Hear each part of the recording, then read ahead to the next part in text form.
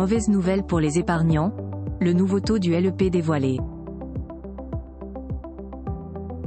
L'année 2024 est enfin là. Le rideau est tombé, le nouveau taux du LEP dévoilé. A priori, il ne s'agit pas d'une bonne nouvelle. Les épargnants concernés risquent de faire grise mine en découvrant le taux officiel. Le nouveau taux de LEP enfin dévoilé, une bonne ou mauvaise nouvelle? Le livret d'épargne populaire, LEP, se démarque des autres livrets réglementés par son taux imbattable à 6%. Mais en 2024, il va probablement baisser, et pas qu'un peu.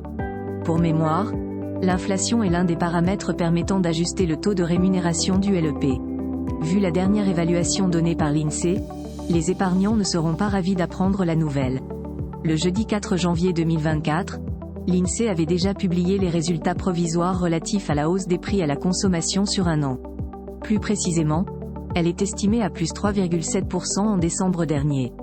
Grâce à cette révélation, le niveau de l'inflation moyenne hors tabac commence à prendre forme pour le deuxième semestre 2023, soit 4,10%. Si les prévisions de l'INSEE se concrétisent, le nouveau taux du LEP pourrait s'établir à 4,10% cette année.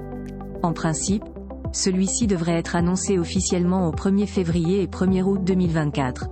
En principe, ce taux sera calculé en fonction de l'inflation moyenne du semestre écoulé. Dans l'éventualité où ce pourcentage est inférieur au taux du livret A, revalorisé d'un demi-point. Mais, cette fois-ci, ce scénario n'est plus plausible. Le taux du livret A étant déjà gelé à 3% jusqu'en février 2025.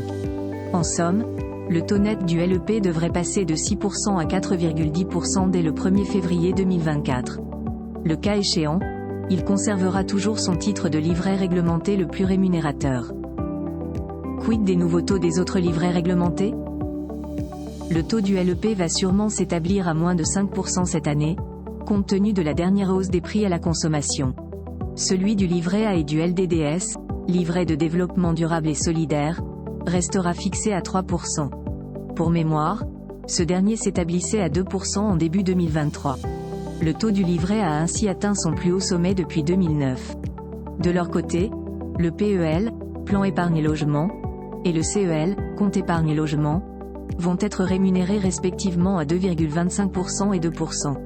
Deux chiffres inférieurs de 0,25 à 0,5 points par rapport à la hausse de l'IPCH, indice des prix à la consommation harmonisé, fourni par la Banque de France, soit 2,5%.